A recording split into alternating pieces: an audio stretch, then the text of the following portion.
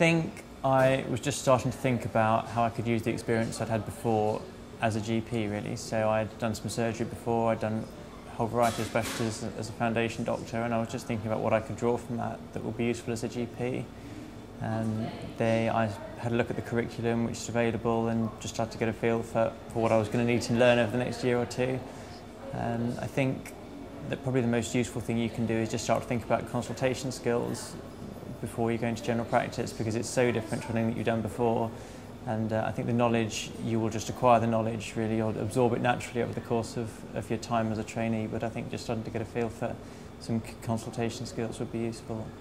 I prepared for speciality training in general practice by the end of foundation by ensuring that I met all my foundation competencies. This really gives you quite a good grounding for entering specialty GP training. What I became more keenly aware of during GP training was that you only spend a set amount of time obviously in general practice, and through the rest of the time you're rotating through a variety of specialities. This presents a myriad of not only responsibilities but different roles that you take on for when you're moving from A&E to paediatrics to general medicine. This allows you to sort of go around a vast variety of things. Apart from meeting foundation competencies, learning about the local area in which you're general practice in is really beneficial. It allows you to understand the beliefs, attitudes and values of the patients that you're seeing locally, and also from a geographical point of view, it helps a lot when you're doing house calls as well and you're looking for things in the rain or in the dark at night. And that's how I prepared for sort of GP training.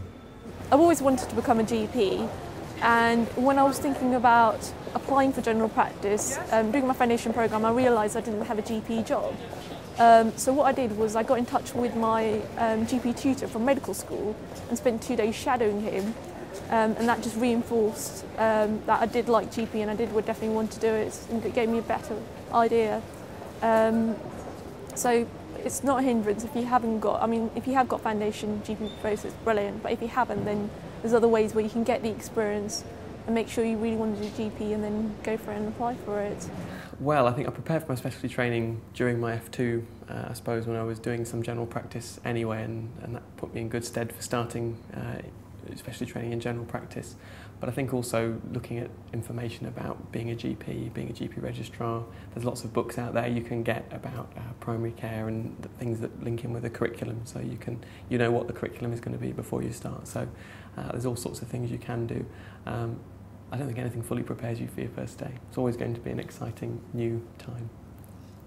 I didn't know how best to prepare for GP training, and because I hadn't got a GP rotation in my foundation years, I did wonder whether there was something specific I should do, but I asked a few friends who'd gone on to the GP programme, and they'd reassured me that actually there wasn't really anything specific that I would need to do for it. So I did a bit of work for the exams in the selection centre, but beyond that I didn't do much more than my normal day job and try to take from that what I might be able to carry forward into general practice. But I think now, having a year into the programme, I don't think that actually I think I have learnt all I need to by this stage from the training programme that I've been on during the last year. So the foundation programme didn't really give me anything that I that I really needed to bring in.